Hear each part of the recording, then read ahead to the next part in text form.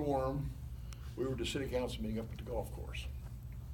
And they cut it a little short that night because it looked so bad in the west. And we tore out of there and had to go up. I live a mile north of town here. I had to get keys for the gym and everything at that time and come back in. We went downtown and told the cops it was open.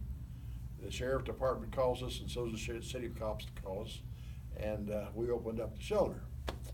And people started coming right away. And you can't believe we've done this for 20-some years, and you know, a person's pet is important to them. We have dogs, cats, snakes, and canaries at these shelters. We're not supposed to do that, but we've been awful lenient about it because people just won't part with them.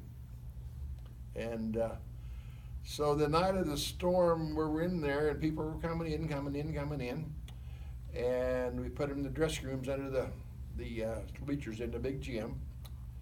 And I suppose we had 100, 150 people in there with their dogs and cats and everything. And they're separated. Separated, yeah. But cats on one side, dogs and everything, and the other people kind of allergic to the cats and dogs. And she's my director in there.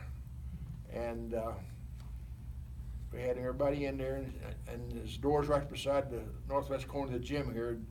And she was standing in the shelter there, and I was about 4 or 5 foot away, and the door started shaking, and I told her to get back in the shelter, and I had to dove for the shelter, and as I dove for the shelter, I looked up, and the ceiling of the gym was already gone.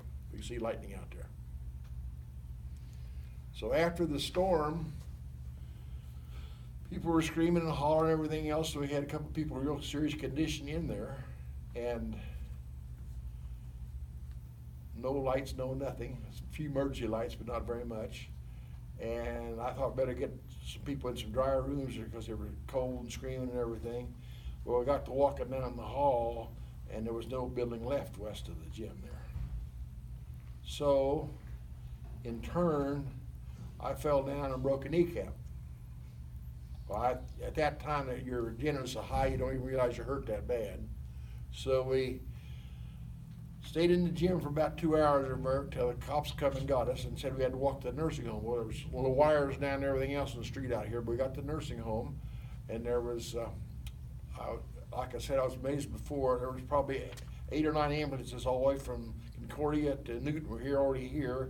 There was 3 or 4 doctors and 5 or 6 nurses out of the surrounding area. They're there to take care of people that are sick or hurt.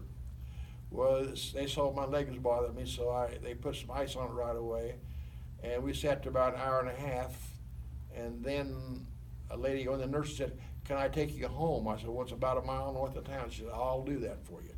So we got in the car and got out there where the National Guard was there, and luckily, I said, "This lady has to come back to town right away at the nursing home." I said, "Otherwise, you're not going to let her in." We'll let her in. So she got to come back in town, otherwise she'd been stranded out in the country too. But it's one of them nights you just, unbelievable what happened and everything else. And the thing about the schools, Chapman and Abilene have quite a rivalry going. And that after the storm that night, we can all go to Abilene to school. That isn't going to go work with people in Chapman because there's rivalry back and forth all the time. So we wanted to build our own schools back, and Tony was on the ball, and Mr. Denning in Topeka, and FEMA was here on the spot, and we had a wonderful response from FEMA, and architects were wonderful. At that time, the steel prices and everything were sort of a fluctuation, they were down, and there was a lot of contractors who weren't too busy. So that helped us out a lot too, it really did, because otherwise we'd have been in debt more, but we were. But like I said before, this 85%, we had hot dog feeds and everything else to try to get this done, and we did. And it's amazing how the people in the community just jumped in and helped. I mean, I wasn't much help because I was in the hospital getting the knee operated on 3 different times, but I missed a lot of it. But the morning after the tornado, I was on the fire department 30-some years, so I could come to town with my fire pass. I got out here to the grocery store, and there was 3 nationwide TV channels there, and they interviewed me all about the storm in Chapman. I had friends in California and New York seen me on TV that day over talking about Chapman, Kansas. Yep, sort of fun.